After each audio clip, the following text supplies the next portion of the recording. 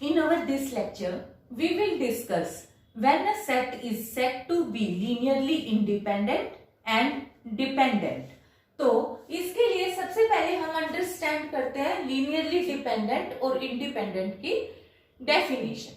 सबसे पहले हमारे पास अब है क्या कि देखो हमने वेक्टर स्पेस डिस्कस किया, तो हमने कहा कि वेक्टर स्पेस वो होता है जो closed under vector addition and scalar multiplication होता है। वो फिर हमने उसकी प्रॉपर्टीज करी, फिर हमने एक फील्ड किया, फील्ड में से हम स्केलर्स क्वांटिटीज लेकर आए।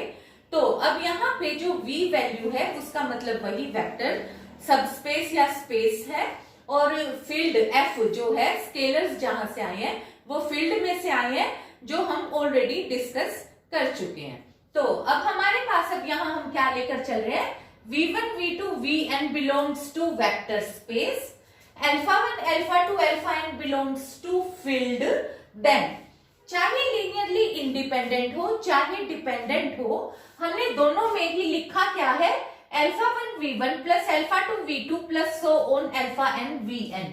मतलब एक तरीके से हमने ये लीनियर कॉम्बिनेशन लिख दिया ऑफ वेक्टर्स विद स्केलर्स। ठीक है, अब इसके बाद हमने इस लीनियर कॉम्बिनेशन को किसके इक्वेट किया, इक्वल टू जीरो। तो हमने यहाँ पे इक्वल टू जीरो लिख दिया।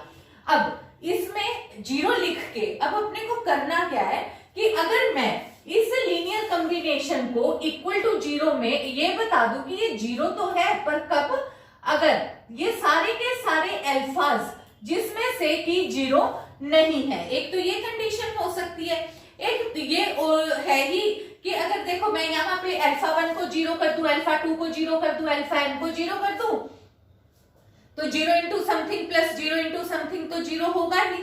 एक तो ये कंडीशन हो सकती है, एक ये हो सकती है कि कोई मतलब एक अल्फा कम से कम नॉन जीरो हो। तो यानी कि कंडीशन किसके ऊपर डिपेंड कर गई, सारी की सारी स्केलर्स के ऊपर डिपेंड कर गई।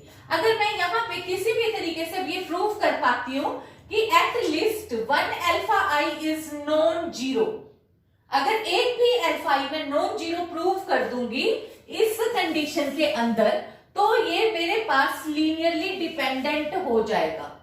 ठीक है, ये लीनियरली डिपेंडेंट क्या होंगे, ये वेक्टर्स, ये जो वेक्टर्स मैंने लिए ये वेक्टर्स लीनियरली डिपेंडेंट हो जाएंगे अगर इनमें से कोई भी एक अल्फा आई इस कंडीशन के अकॉर्डिंग नॉन जीरो आ गया। लेकिन अगर कोई भी अल्फा आई नॉन जीरो नहीं आया, मतलब सारे के सारे अल्फा आईज जीरो आ गए, तो उस केस में ये वाले सारे के सारे वेक्टर्स लीनियरली इंडिपेंडेंट हो जाएंगे। तो अब हम क्वेश्चन को किस तरीके से कर रहे हैं, फॉर एग्जाम्पल हमने यहाँ पे चार वेक्टर्स लिए 3 डायमेंशन के।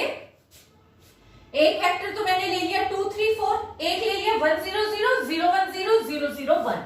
अब देखो मैंने इनका लीनियर कॉम्बिनेशन बनाया, तो देखो मुझे क्योंकि वैसे देखते ही पता है कि अगर मैं इसमें से देखो इनका कॉम्बिनेशन लूं तो इसको 2 से मल्टीप्लाई करके यहाँ सब्ट्रैक्ट कर दूं, 3 से मल्टीप्लाई करके यहाँ, और 4 से मल्टीप्लाई करके यहाँ सब्ट्रैक्ट कर दूं, तो मेरे पास रिजल्ट कितना आएगा, ऑब्वियसली 0 0 0। तो मैंने इसको लिख लिया v1 minus 2v2 minus 3v3 minus 4v4 is equal to 0। और अब देखो रिजल्ट मेरे पास क्या है, इक्वल टू 0 0 0। ठीक है, क्योंकि ये मेरे पास क्या आया, एक 0 0 0 टाइप में पैटर्न आया ना, जिसको मैंने एक सिंगल में 0 बोल दिया। ठीक है, क्योंकि मैं इक्वल टू 1 में ही बोलने लग रही हूँ अभी कि भी 0 एलिमेंट। तो यहां से जो ये रिजल्ट है, अब ये जो अल्फा है देखो ये मेरे पास अल्फा1, ये वाली वैल्यू अल्फा2, ये वाली वैल्यू अल्फा3, ये वाली अल्फा4, इनमें से कोई भी वैल्यू 0 नहीं है। देखो ये भी हो सकता था कि मेरे पास 1 या 2 0 होते तो भी कोई बात नहीं थी, अगर एक सिंगल टन भी मेरे पास 0 नॉन जीरो एलिमेंट आ जाता तो भी मैं इसको लीनियरली डिपेंडेंट ही कहती। मतलब कहने का पर्पस ये है कि सपोज ये 0 हो जाता, ये 0, केवल और केवल ये नॉन जीरो बचता, तब भी मैं इसको लीनियरली डिपेंडेंट ही कहती। पर इस टाइम तो मेरे पास सारे के सारे 4 स्केलर्स मैंने यूज करे और चारों ही क्या आ गए, नॉन जीरो आ गए, तो ये मेरे पास लीनियरली डिपेंडेंट है। अब आ जाओ इंडिपेंडेंट पे। अब इंडिपेंडेंट में मैंने 3 वेक्टर्स ले लिए, v1, v2 और v3। तो ये मैंने ये जो 3 वेक्टर्स कंसीडर करे हैं, ये मैंने कंसीडर कर लिया 2 0 0 0 3 0 0 0 4। अब देखो मैंने इसके आगे अल्फा 1, अल्फा 2 और अल्फा 3 लगाया। तो अब तुम सोच के देखो कि मैं किसी भी तरीके से अगर यहाँ पे अल्फा 1, अल्फा 2 और अल्फा 3 लगा देती हूँ और इक्वल टू 0 0 0 करती हूँ, तो कितना आया 2 alpha 1 0 plus 0 is equal to 0। केवल और केवल मेरे पास यही पॉसिबिलिटी है, क्योंकि 2 तो 0 हो नहीं सकता। Only possibility is this that alpha 1 should be equal to 0। Similarly alpha 2 is equal to 0 and alpha 3 is equal to 0। तो मेरे पास अब यहाँ पे क्या आ गए, all the 3 scalars are equal to 0। तो यानी कि, और जबकि वेक्टर क्या है, ऑब्वियसली वेक्टर तीनों के तीनों नॉन जीरो है। तो इसमें मेरे पास ऐसे वेक्टर्स तीनों क्या हो गए, लीनियरली इंडिपेंडेंट। तो अब हम यहां से ये चीज देखते हैं कि देखो अभी हमने करा वेक्टर्स का, कि हमने n वेक्टर्स लिए, वो बता दिए कि ये कब लीनियरली डिपेंडेंट होंगे, कब लीनियरली डिपेंडेंट होंगे। तो अब इसमें हमारे पास क्या है कि जो ये सेट है एक वेक्टर, मतलब हमने n वेक्टर्स का एक सेट कंसीडर कर लिया। ये सेट इंडिपेंडेंट या डिपेंडेंट किस बेस पे होगा, जैसा कि इसके बीच के वेक्टर बिहेव करेंगे वैसे ही सेट को हम कहेंगे। मतलब अगर इसके अंदर के वेक्टर्स डिपेंडेंट है तो हम कहेंगे सेट डिपेंडेंट है, अगर ये इसके वेक्टर्स इंडिपेंडेंट है तो हम कहेंगे सेट इंडिपेंडेंट है। अब इसके अलावा एक हमारे पास है कि कई बार जब हम स्पेस करते हैं तो स्पेस के अंदर इनफाइनाइट मैनी एलिमेंट्स होते हैं, जैसे एक मैट्रिक्स भी हम लिखते हैं। तो ओवरफिल्ड रियल फील्ड में हमारे पास कितनी मैट्रिसेस हम बना सकते हैं, इनफाइनाइटली मैनी बना सकते हैं। तो हमने कहा कि इनफाइनाइट का भी अगर सब स्पेस हो और उसमें अगर हमें लीनियरली इंडिपेंडेंट डिस्कस करना पड़ जाए तो उस चीज में हम कैसे करेंगे, हमें क्या पता कि कौन सी वैल्यू 0 होगी कौन सी नहीं होगी। तो उस केस में हम कोई भी एक आर्बिट्ररली एक उसका सबसेट ले लेंगे और हर एक सबसेट हम ये प्रूव कर देंगे कि हर एक सबसेट लीनियरली इंडिपेंडेंट है। अगर हर एक सबसेट इंडिपेंडेंट है तो उसका सुपरसेट भी हम इनफाइनाइट के केस में कंसीडर करके चल पड़ेंगे कि वो भी इंडिपेंडेंट होगा। इसी तरीके से फिर अब अपने को यहाँ पे ये प्रूव करना है कि every non zero singleton subset of V is linearly independent. अब देखो यहाँ पे क्या है कि सिंगलटन का मतलब क्या हो गया कि एक ऐसा सेट जिसके अंदर केवल और केवल एक ही वेक्टर है। ठीक है, सिंगलटन का मतलब यही हुआ कि केवल एक वेक्टर है और वो हमारे को ये बताना है कि लीनियरली इंडिपेंडेंट है। तो यानी कि, और वो नॉन जीरो दिया है, तो यानी कि V is not equal to 0 और ये वेक्टर बिलोंग करता है वेक्टर स्पेस के अंदर। इंडिपेंडेंट या डिपेंडेंट शो करने के लिए हम कंडीशन तो यही लेंगे alpha V is equal to 0। और अब मुझे यहाँ पे पता है कि अगर अल्फा V 0 है तो या तो अल्फा 0 होगा या V 0 होगा। फिर मुझे पता है V 0 नहीं है तो only possibility is this that alpha should be equal to 0 और अल्फा 0 है तो इसका मतलब क्या हो गया कि ये लीनियरली इंडिपेंडेंट है। तो यानी कि अब हम हमेशा ये ध्यान रखेंगे कि जब हम कभी भी अगर डिपेंडेंट से इंडिपेंडेंट की तरफ जाना हो तो हम वेक्टर्स को रिड्यूस करते चलते हैं और हम फिर ये लास्ट में एक वेक्टर बच जाता है कई बार हमारे पास, और वो हमें हमेशा ध्यान रखना है कि एक सिंगलटन नॉन जीरो वेक्टर हमेशा लीनियरली इंडिपेंडेंट होता है। अब इसके बाद हमारे पास है every set containing only zero vector. अब इसमें हमारे पास अब क्या है, सेकेंडली कि एक ऐसा वेक्टर है एवरी सेट कंटेनिंग ओनली, कि केवल और केवल एक जीरो ही वेक्टर हो जिसके अंदर वो हमेशा लीनियरली डिपेंडेंट होगा। उसमें क्या हुआ, क्योंकि वेक्टर क्या है, जीरो है, तो अल्फा क्या होगा, यानी कि अब देखो अल्फा को हम यहाँ पे 7 मल्टीप्लाई कर दूं, 8 मल्टीप्लाई कर दूं तो क्या होगा, 8 into 0 will be equal to 0। तो यानी कि यहाँ बहुत सारे ऐसे कॉम्बिनेशंस हैं जिसके लिए कि हमारे पास ये रिजल्ट क्या हो जाएगा, अल्फा 0 इज इक्वल टू 0 होगा, where alpha will not equal to 0, तो इसको हम लीनियरली डिपेंडेंट कहेंगे। और इसमें तुम्हें ये नहीं कंफ्यूज करना कि जी हम अल्फा 0 भी तो ले सकते हैं। तो हम यहाँ पे क्या करते हैं कि हम तो एक भी वैल्यू ऐसी कंसीडर करते हैं कि क्या ऐसा हो सकता है कि नॉन जीरो हो और फिर भी इनकी मल्टीप्लीकेशन 0 आ जाए। तो ये नहीं सोचना कि कभी भी अल्फा 0 भी तो ले सकते हैं, कभी भी नहीं। तो इस तरीके के वेक्टर को हम हमेशा लीनियरली डिपेंडेंट ही कंसीडर करेंगे, क्योंकि रियल नंबर में देखो एक नंबर 0 होता तो है, पर हम जब यहाँ पे डिस्कस करते हैं तो हम अल्फा पे पहले नंबर पे मैक्सिमम पॉसिबिलिटी यही लेकर चलते हैं कि अल्फा किसी भी नॉन जीरो वैल्यू के लिए 0 आंसर देता है या नहीं देता। तो मैंने यहाँ पे देखा कि हर एक नॉन जीरो वैल्यू के लिए ये वाला मल्टीप्लिकेशन 0 आंसर देता है। तो इसको मैं क्या कहूंगी, इसको मैं कहूंगी कि ये एक लीनियरली डिपेंडेंट वेक्टर है। अब इसके बाद हमारे पास अब क्या हो गया कि यहाँ तो देखो हमने कहा ओनली 0 वेक्टर। अब मैं कह रही हूं कि कोई भी सबसेट अगर उसके अंदर कोई भी अगर 0 वेक्टर आ गया तो वो लीनियरली डिपेंडेंट होगा। तो अब देखो ये चीज अब ऑब्वियसली तुम्हारे को अंडरस्टैंड हो जानी चाहिए कि हमने मान लिया कि एक वेक्टर है v के जो कि 0 है। अब यहाँ पे हमने लिया alpha 1 v1 plus alpha 2 v2 plus, फिर मैंने इसको ब्रेक कर दिया k minus 1 v k minus 1 k plus 1 alpha n v n is equal to 0। मैं मान लेती हूं कि ये alpha 1 alpha 2 alpha k minus 1 alpha k plus 1 alpha n ये सारे के सारे हो सकता है कि 0 हो, मुझे नहीं पता, इनसे मुझे कोई मतलब नहीं, पर मुझे ये पता है कि जो ये वेक्टर vk है ये मेरा हर हाल में 0 वेक्टर है। अब इसके साथ अगर मैं किसी भी नॉन जीरो स्केलर को मल्टीप्लाई कर दूंगी तो ये रिजल्ट मेरा क्या हो जाएगा, इज इक्वल टू 0 हो जाएगा। तो इस वाले नॉन जीरो स्केलर के कंट्रीब्यूशन से मेरा जो ये पूरे का पूरा सेट था v1 से लेकर vm तक का, ये सारे का सारा ही मेरे पास लीनियरली डिपेंडेंट बन जाएगा। यानी कि केवल और केवल एक वेक्टर का कंट्रीब्यूशन भी पूरे सबसेट को, पूरे सेट को या सबसेट को जो भी होगा उसको लीनियरली डिपेंडेंट बना सकता है। तो यहाँ पे हमारे पास है कि केवल और केवल एक 0 वेक्टर vk था। मान लो ये कोई भी, सारे के सारे इंडिपेंडेंट थे बाकी सारे, पर क्योंकि ये वाला अल्फा के नॉन जीरो आ गया इस वजह से ये पूरे का पूरा सेट ही जिसके अंदर की एक 0 वेक्टर है वो लीनियरली डिपेंडेंट बन जाएगा।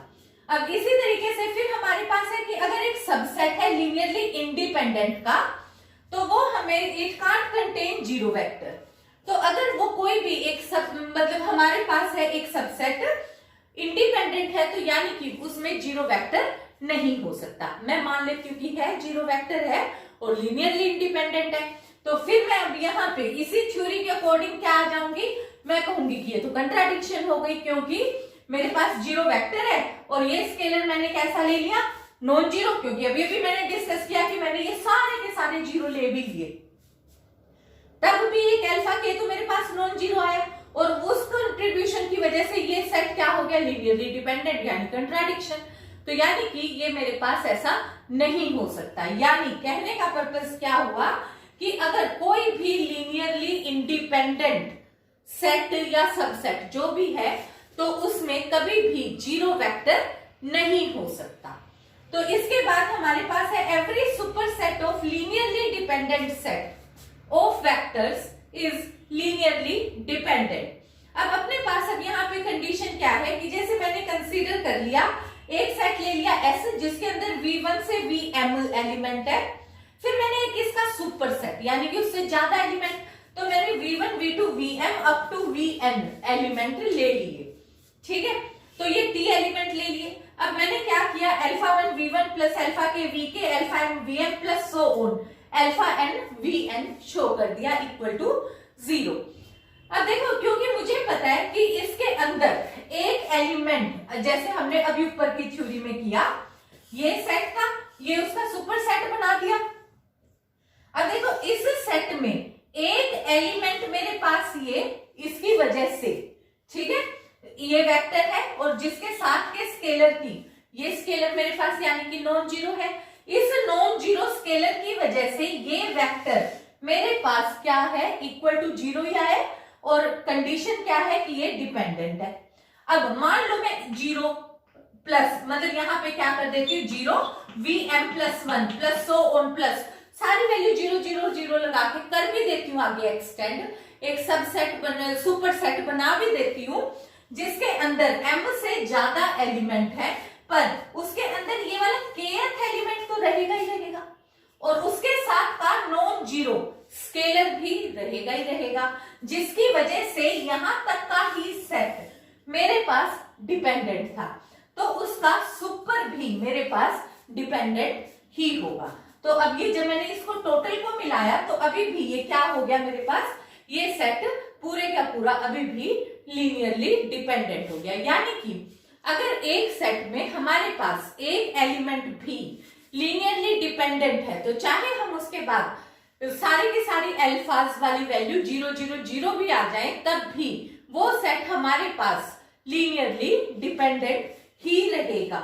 इसी तरीके से फिर हमारे पास है any subset of a linearly independent set of vectors is linearly independent. अब हमारे पास है यहाँ पे कि एनी सबसेट है जो कि लीनियरली इंडिपेंडेंट था, और अब सेट इंडिपेंडेंट था उसका सबसेट भी इंडिपेंडेंट शो करना है। हमने यहाँ पे सबसेट को कंसीडर कर लिया V1 अप टू V के, और सेट हमने मान लिया M है, तो इसके according alpha one alpha two alpha N, मतलब n मान लो, तो यहाँ पे अपने पास alpha one alpha two alpha N is equal to zero है। n का हमने एक सेट कंसीडर कर लिया, सबसेट m कंसीडर कर लिया जिसके अंदर k एलिमेंट है।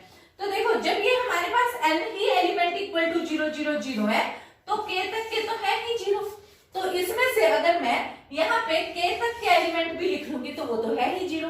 अभी भी कंडीशन क्या है, alpha one equal to alpha two up to alpha K, अभी भी सारे के सारे स्केलर्स मेरे पास क्या है, जीरो है, और रिजल्ट मेरे पास क्या हो जाएगा, उनके according will be equal to linearly independent. तो यानी कि अगर एक सेट इंडिपेंडेंट है तो उसका सबसेट भी इंडिपेंडेंट होगा, एक सेट अगर लीनियरली डिपेंडेंट है तो उसका सुपर सेट भी लीनियरली डिपेंडेंट होगा।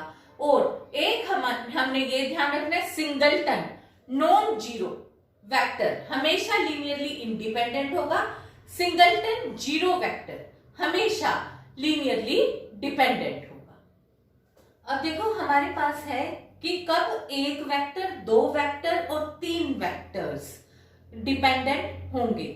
तो सबसे पहले हमारे पास है कि V एक वेक्टर स्पेस है ओवरफिल्ड F, तो सबसे पहले हम कर रहे हैं कि सेट V यानी कि जिसके अंदर केवल और केवल एक सिंगलटन एलिमेंट है V, वो हम बताएंगे कि लीनियरली डिपेंडेंट तभी हो सकता है अगर वेक्टर इटसेल्फ जीरो हो।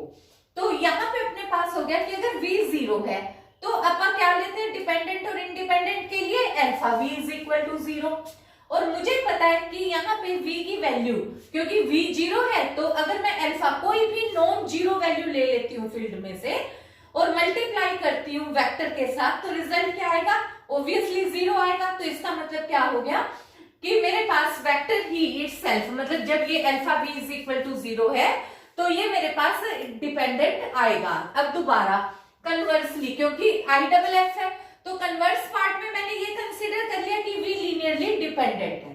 अगर लीनियरली डिपेंडेंट है तो इसका मतलब है कि इसमें एक ऐसा स्केलर एग्जिस्ट करता है अल्फा जो कि नॉन जीरो है, क्योंकि सिंगल ही वैल्यू है। तो इसमें क्या हो गया, alpha V is equal to zero और ये alpha not equal to zero है। तो अब कौन सी पॉसिबिलिटी रह गई, सिर्फ और सिर्फ एक ही कंडीशन हो सकती है कि V इटसेल्फ जीरो हो।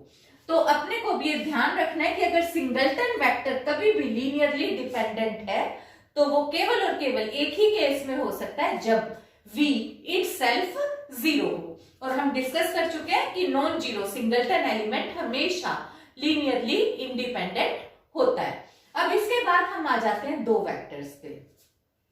अब देखो अपने पास है सेट V1 और V2, ठीक है, एक सेट है जिसके अंदर दो एलिमेंट्स हैं।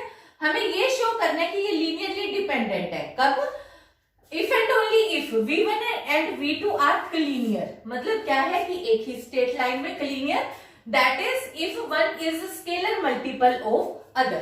तो हमें ये दो चीज एक ही बात है, ठीक है। अगर एक वेक्टर दूसरे का स्केलर मल्टीपल है तो हम क्या कहेंगे कि वो वेक्टर्स क्लीनियर हैं। तो इसके लिए अब हमने क्या यहाँ पे ले लिया कि v1 और v2 हम पहले कंसीडर कर लेते हैं फर्स्ट केस में कि लीनियरली डिपेंडेंट है। अगर लीनियरली डिपेंडेंट है तो इसका मतलब क्या हुआ, there exist scalar alpha beta. इस तरीके से अल्फा बीटा होंगे कि कम से कम एक वेक्टर, एक स्केलर जरूर नॉन जीरो है अल्फा या बीटा में से। तो हमने विदाउट एनी कंफ्यूजन हम कंसीडर कर लेते हैं कि alpha is not equal to zero, क्योंकि चाहे हम अल्फा को मान लें चाहे बीटा को तो कोई फर्क नहीं पड़ता, एक स्केलर से मतलब है हमारे को। तो हमने कंसीडर कर लिया कि let us suppose alpha is not equal to zero.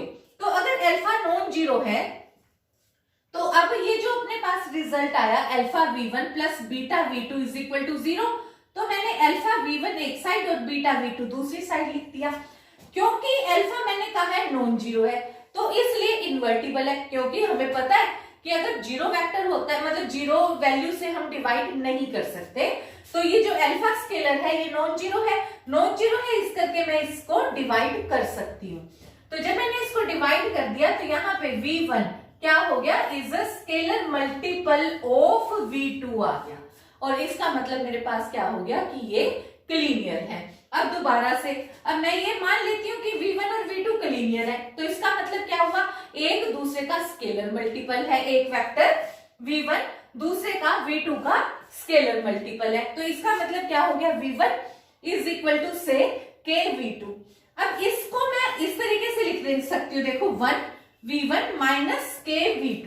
मुझे नहीं पता k की क्या वैल्यू है, पर मुझे 100% पता है कि ये 1, क्योंकि मैं इसको किस तरीके से लिखती हूँ, alpha v1 plus beta v2 या alpha 1 v1 plus alpha 2 v2। जिस भी तरीके से कम ये वाला स्केलर मुझे पता है कि 1 है and which is not equal to zero. तो हर हाल में एक स्केलर मेरे पास नॉन जीरो जरूर है, और अगर एक स्केलर भी नॉन जीरो है तो इसका मतलब क्या हो गया कि वेक्टर्स का जो ये सेट है v1 v2 का, ये मेरे पास लीनियरली डिपेंडेंट सेट है। अब इसी तरीके से अब हम आ जाते हैं, देखो पहले हमने किया एक सिंगल वेक्टर, फिर हमने किए दो वेक्टर्स, फिर अब हम कर रहे हैं तीन वेक्टर्स का सेट। अब ये एक सेट है जिसके अंदर तीन वेक्टर्स हैं, हमें ये बताना है कि ये लीनियरली डिपेंडेंट तब होगा अगर ये तीनों वेक्टर या तो कोप्लेनर हो, दो में हमने कहा लीनियर, तीन में हमने कहा है कोप्लेनर, और इफ, और इसी चीज को दूसरी लैंग्वेज में हम क्या कहेंगे, if and only if one is linear combination of other two vectors. तो इसके लिए मैंने पहले कंसीडर कर लिया कि ये तीनों वेक्टर लीनियरली डिपेंडेंट है।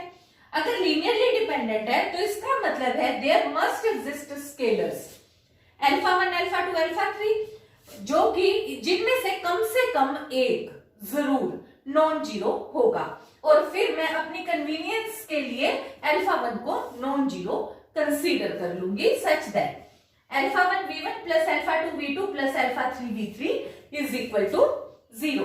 फिर मैंने अल्फा 1 v1 को एक साइड रखा, बाकी दो टर्म्स को दूसरी साइड शिफ्ट कर दिया। अगेन क्योंकि अल्फा 1 नॉन जीरो है तो मैं इस नॉन जीरो वैल्यू से इनको डिवाइड कर सकती हूँ, तो ये मैंने अल्फा 1 को डिवाइड कर दिया। तो v1 क्या हो गया, is scalar multiple of other to.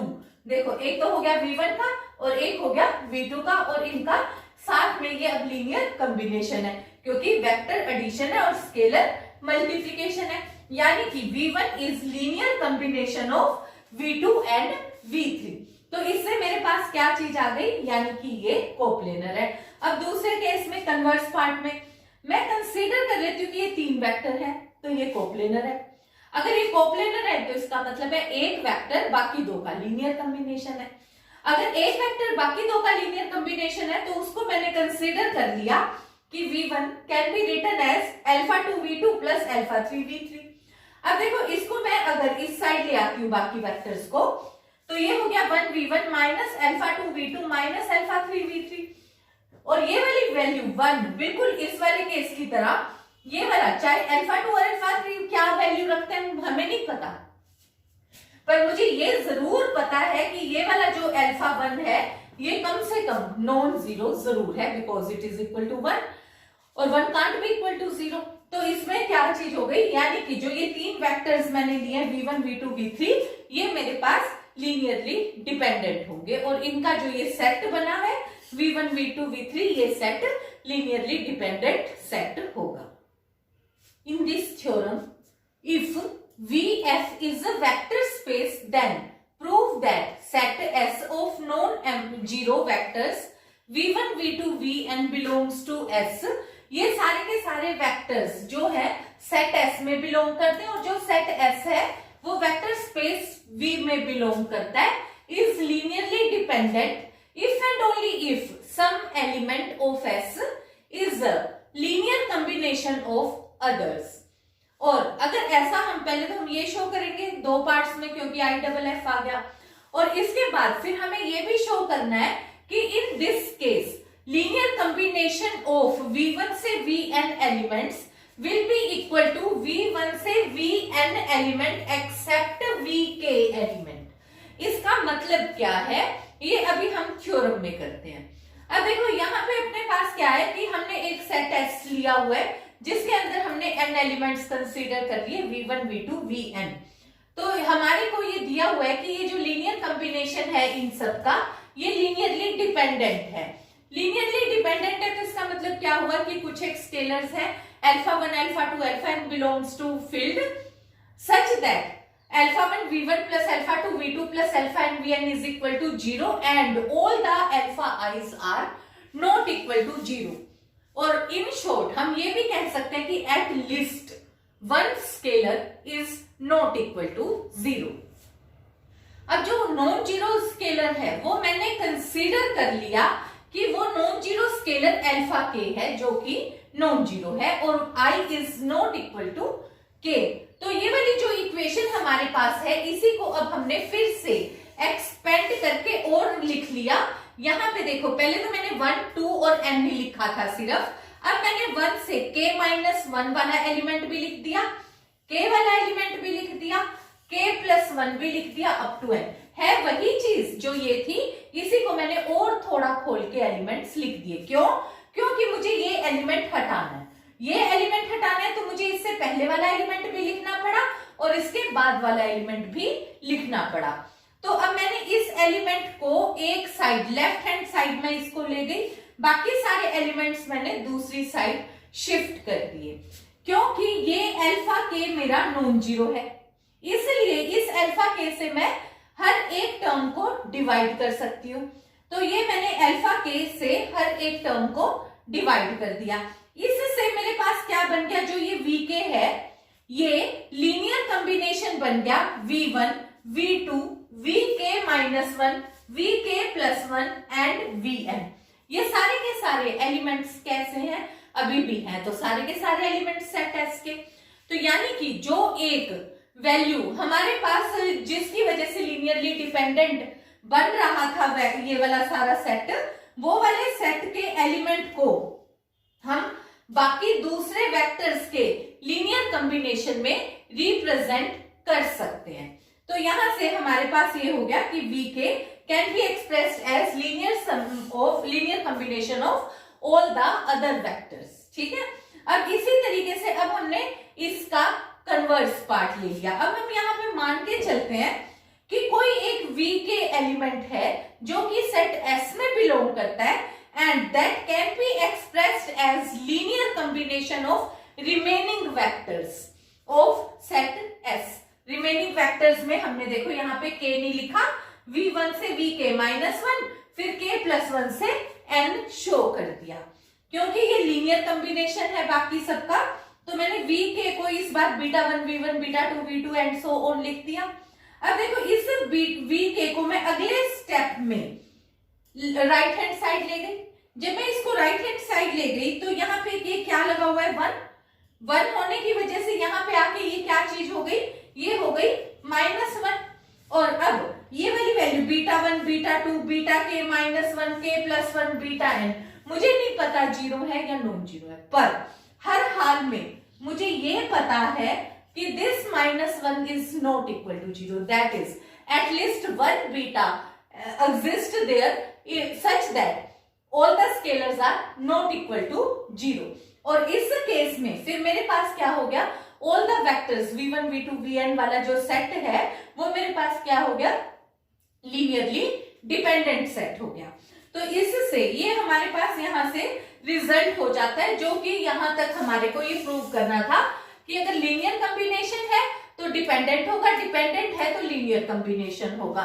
फिर इसके बाद एक चीज मुझे और शो करनी है कि इन दिस केस मुझे ये शो करना है कि लीनियर कॉम्बिनेशन या linear sum of v1 v2 vn हो या उसमें से k एलिमेंट हटा दिया जाए, कोई फर्क नहीं पड़ता।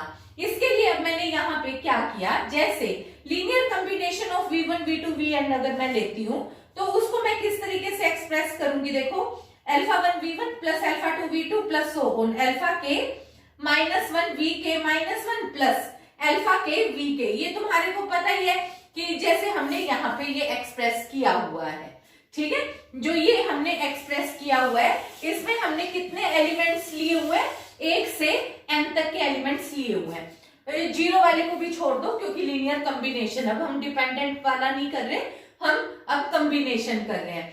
तो अब जो ये यहाँ पे जो ये vk है, अब यहाँ पे मैं प्रूव कर चुकी हूँ कि vk को मैं लीनियर कॉम्बिनेशन ऑफ बाकी अदर्स एलिमेंट में लिख सकती हूँ, ठीक है। ये हो गया। तो इस वाली इक्वेशन में vk की जगह पे मैं अब ये वाली वैल्यू सब्स्टिट्यूट कर देती हूँ। तो ये वाली वैल्यू मेरे पास क्या है, beta I V I, where I running from 1 to n है और i is not equal to k है। तो अब जब मैंने इसको एक्सपेंड, बाकी सारी टर्म्स मैंने एज इट इज लिखी, देखो ये वाली यहां तक भी एज इट इज, ये भी सारी एज इट इज, ये अल्फा के भी, बस vk की जगह पे मैंने क्या वैल्यू सब्स्टिट्यूट कर दी, ये रिजल्ट सब्स्टिट्यूट कर दिया। अब इसको समेशन में लिख दिया। अब देखो पहले फिर मैंने फिर से खोल के पहले मैंने फिर यहाँ पे बीटा 1 v1 ये इसके साथ v1 वाली वैल्यू इकट्ठी कर दी, v1 वाली सारी इकट्ठी कर दी, तो यहाँ से अल्फा 1 स्केलर हो गया और यहाँ से अल्फा के बीटा 1 v1, ठीक है। बिल्कुल ऐसे ही सेकंड टर्म, ऐसे ही k minus 1th term, similarly k plus 1th term हो गई एंड सो ऑन। लास्ट मैंने nth टर्म लिख दी, यानी कि मैंने क्या लिख दिया, लीनियर कॉम्बिनेशन जो 1 से n तक का एलिमेंट्स का था उसी को अब मैंने स्केलर्स देखो कहां पे हो गए, एक तो हो गया v1, एक हो गया vk माइनस 1 और यहाँ पे vk नहीं है, यानी कि linear combination of v1 v2 vk minus 1 vk plus 1 and vn में मैं एक्सप्रेस कर सकती हूँ। सो यही हमें प्रूव करना था।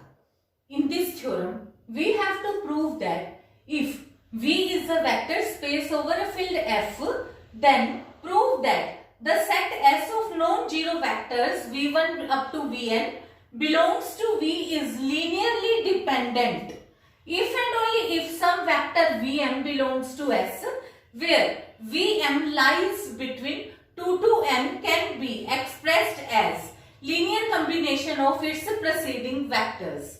तो अब इसके लिए सबसे पहले हमने क्या किया कि अपने को एक सेट एस गिवन है जिसके अंदर n वेक्टर्स दिए हुए हैं और ये लीनियरली डिपेंडेंट है, तो इसका मतलब है कि कुछ एक स्केलर्स एग्जिस्ट करेंगे alpha 1 to alpha n which are not all zero such that alpha 1 v1 plus alpha n vn is equal to 0। अब देखो इसमें हमारे पास अब क्या है कि हमने कहा है कि सारे के सारे, क्योंकि ये लीनियरली डिपेंडेंट है तो कम से कम एक स्केलर तो कम से कम नॉन जीरो होगा। तो हमने ये कंसीडर कर लिया कि जो लार्जेस्ट सफिक्स है वो हमारे पास अल्फा m है जो कि नॉट इक्वल टू 0 है। What happens if m is equal to n, मतलब क्या कि हो सकता है कि कोई भी स्केलर 0 ना हो, तो जो हमने m वैल्यू लिखी है वही n हो जाएगी, तो भी कोई फर्क नहीं पड़ेगा। मतलब तब यहाँ पे alpha m plus plus plus n तक यही चीज कंटिन्यू कर जाएगी, तो भी कोई फर्क नहीं पड़ेगा। पर इन केस कुछ जीरो है तो हमने जीरो वाले एलिमेंट्स सारे लास्ट में कर दिए और नॉन जीरो आगे साइड रख लिए, और अगर ये कोई भी जीरो नहीं है तो बस क्वेश्चन यहीं से एज इट इज चलता रहेगा, m will be equal to n in that case, ठीक है। फिर अब हमारे पास अब यहां से क्या हो गया कि अपने पास क्योंकि हमने m को लार्जेस्ट सफिक्स माना है नॉन जीरो, तो इसलिए जो n है वो कहां तक शिफ्ट हो गया, वो m तक शिफ्ट हो गया। यानी कि देखो क्वेश्चन तो अभी भी एज इट इज है, बस अब n का नाम m हो गया। तो इसमें अपने पास अब यहां से रिजल्ट क्या हो गया, अब हमें ये शो करना है कि m is less than n या इक्वल टू तो हमने डिस्कस कर दिया। अब बात रह गई 2 पे, यानी कि 1 नहीं होना चाहिए। यही मतलब हुआ कि 1 से बड़ा होना चाहिए। तो हम ये सपोज कर लेते हैं कि क्या होगा अगर m की वैल्यू 1 हो जाएगी।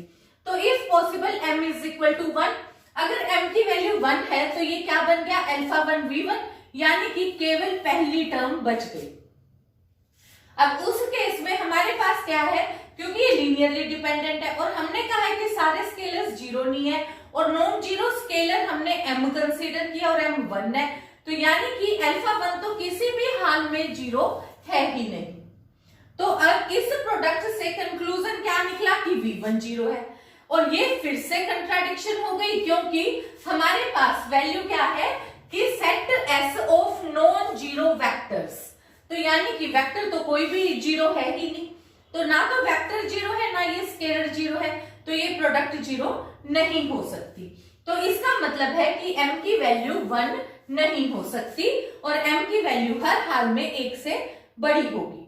तो इसका मतलब है कि जो भी रिजल्ट लाई करेगा डिपेंडेंट के केस में, वो 2 से n के बीच में कोई एक सफिक्स होगा, that is we can say m। ठीक है, कोई और नाम भी दे सकते हैं, उसमें कोई फर्क नहीं।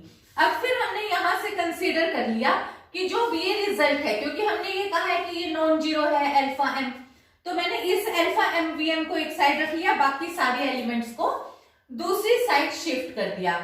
क्योंकि अल्फा m नॉन जीरो है तो इससे मैं डिवाइड कर सकती हूँ, तो मैंने हर एक vm के साथ, मतलब v के साथ अल्फा m स्केलर डिवाइड कर दिया। तो यानी कि जो ये vm वेक्टर है वो क्या आ गया, linear combination of v1 v2 vm minus 1, और ये क्या है, इससे vm से पहले वाले, तो यानी कि प्रोसीडिंग वेक्टर्स। तो vm क्या हो गया, linear combination of its proceeding vectors, और यही हमें प्रूव करना था। अब हमारे को क्योंकि आई डबल एफ है, अब हम दूसरा केस कंसीडर कर लेते हैं। हम मान लेते हैं कि v के कोई एक एलिमेंट है जो कि इस लीनियर कॉम्बिनेशन का एक एलिमेंट है v1 से vn के बीच का, जो कि अपने पास है, can be expressed as linear combination of its proceeding vectors, that is vk can be written as beta 1 v1 plus beta 2 v2 plus so on beta vk minus 1 up to vk minus 1, जहां पे beta 1 beta k minus 1 कोई एक scalars है जो कि field में से आए हैं। अब देखो vk को मैं इस साइड ले गई तो ये क्या हो गया, माइनस vk हो गया। अब मैंने माइनस vk के बाद क्या किया, 0vk plus 1 plus so on, मतलब मैंने क्या किया कि मेरे पास n वेक्टर्स थे, बाकी सबको अगर मैं 0 0 0 ऐड करके कुछ कर भी दूं तो रिजल्ट में कोई इफेक्ट नहीं पड़ता, तो मैंने बाकी सारे वेक्टर्स को जीरो स्केलर्स के साथ मल्टीप्लाई करके ऐड कर दिया। तो ये वाले वेक्टर मेरे पास गिनती में कहां से कहां तक हो गए, 1 से n तक के वेक्टर्स हो गए। अब इनमें 1 से n तक के वेक्टर्स में जो स्केलर्स लगे हैं, ये वाले सारे स्केलर्स तो चलो जीरो है, पर इनमें जो ये इससे पहले के बीटास हैं, इनमें से चाहे ये वाले बीटास भी बाय चांस फॉर एग्जाम्पल मान लो जीरो हो गए, तो भी हर हाल में ये -1 तो जीरो हो ही नहीं सकता।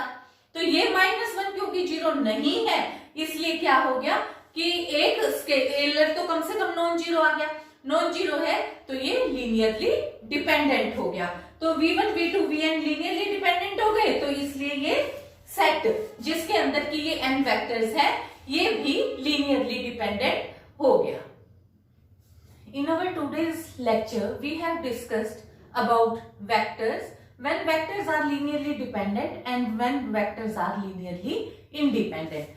तो अब जब हमारे को न्यूमेरिकल्स भी करने होंगे तो उसमें एक और तरीके से हम क्वेश्चंस को सोल्व कर सकते हैं। वो किस तरीके से है हमारे पास कि अगर अपने पास देखो, एक तो ये ध्यान रखना है कि जितने भी वेक्टर्स दे रखे हैं तो मैट्रिसेस मेथड से अगर वो n बाय n की मैट्रिक्स टाइप के एलिमेंट्स बन जाते हैं, जैसे मान लो 3 वेक्टर दे रखे हैं तो उसमें 3 एलिमेंट्स हो गए, तो 3x3 की मैट्रिसेस बन जाएगी, 4x4 की बन जाएगी या n×n की। ये क्वेश्चन आप ज्यादातर तब इजीली सोल्व करते हैं, अदरवाइज हो तो दूसरे तरीके से भी सकता है कि हम पहले एक्लन फॉर्म करके और रैंक निकाल लें। ठीक है, रैंक से भी हम लीनियरली डिपेंडेंट और इंडिपेंडेंट को जज कर सकते हैं। तो यहाँ पे एक बार और मेथड ये कर रहे हैं कि हम क्वेश्चन को इस तरीके से भी अटेम्प्ट कर सकते हैं। वो हमारे पास क्या है कि V1 हमने मान लिया कि V1 n, मतलब इसके अंदर एक n एलिमेंट्स है। B11 हमने क्योंकि मैट्रिसेस की शेप में एलिमेंट्स लिखे, और ये हम अपने लास्ट लेक्चर्स में कर चुके जहां हमने होमोजीनियस इक्वेशंस सॉल्व करी थी अपने पहले स्टार्टिंग के लेक्चर्स में।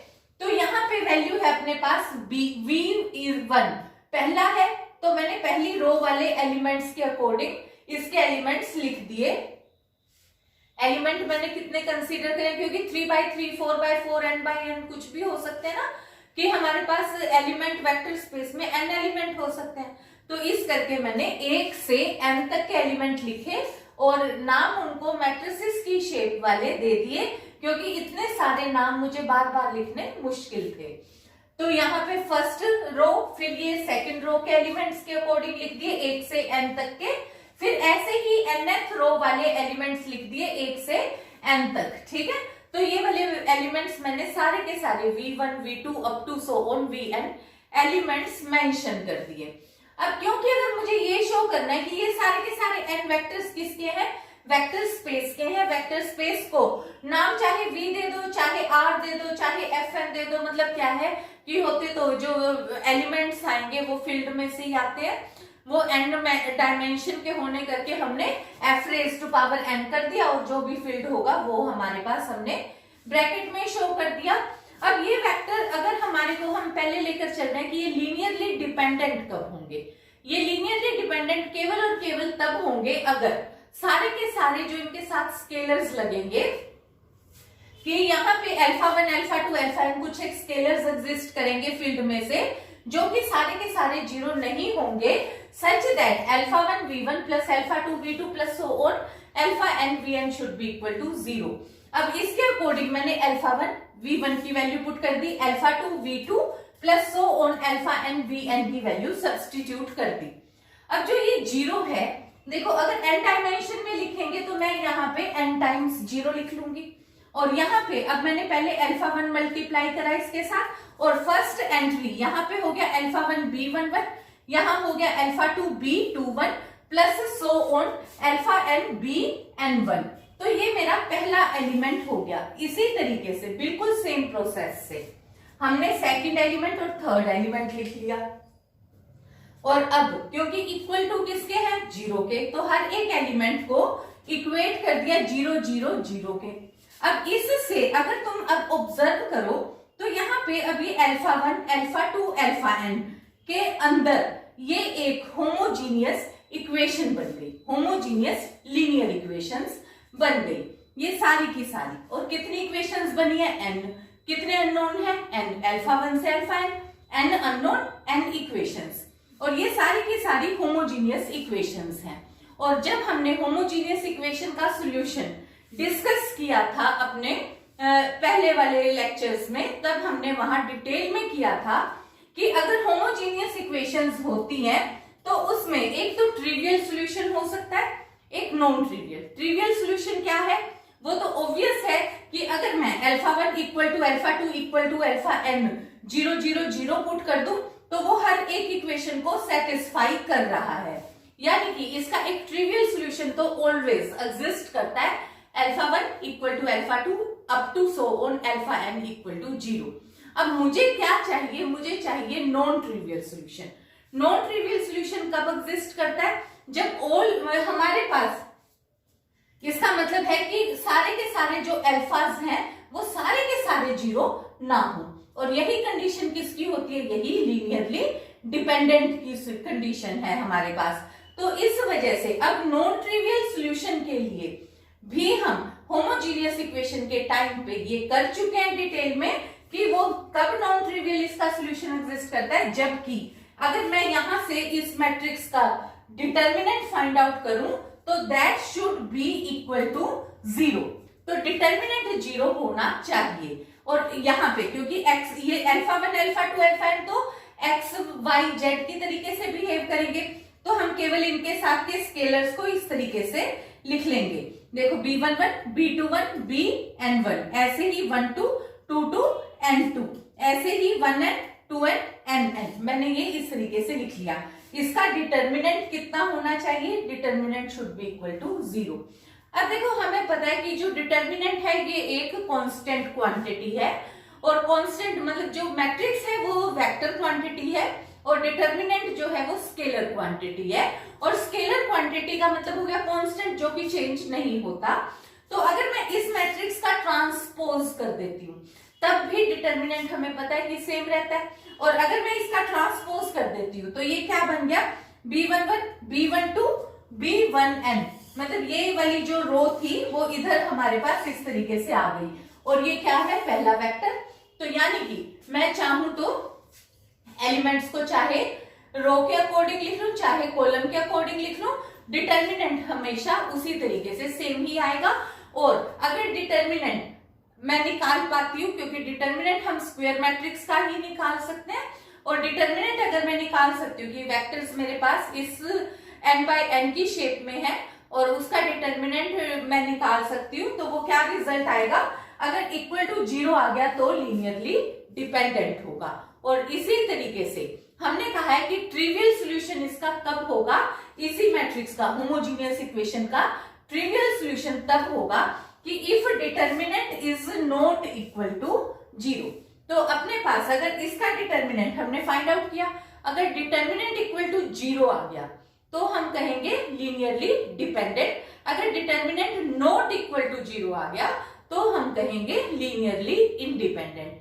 तो ये अपने पास है लीनियरली डिपेंडेंट और इंडिपेंडेंट से related article works. So that is all for this lecture. Thank you.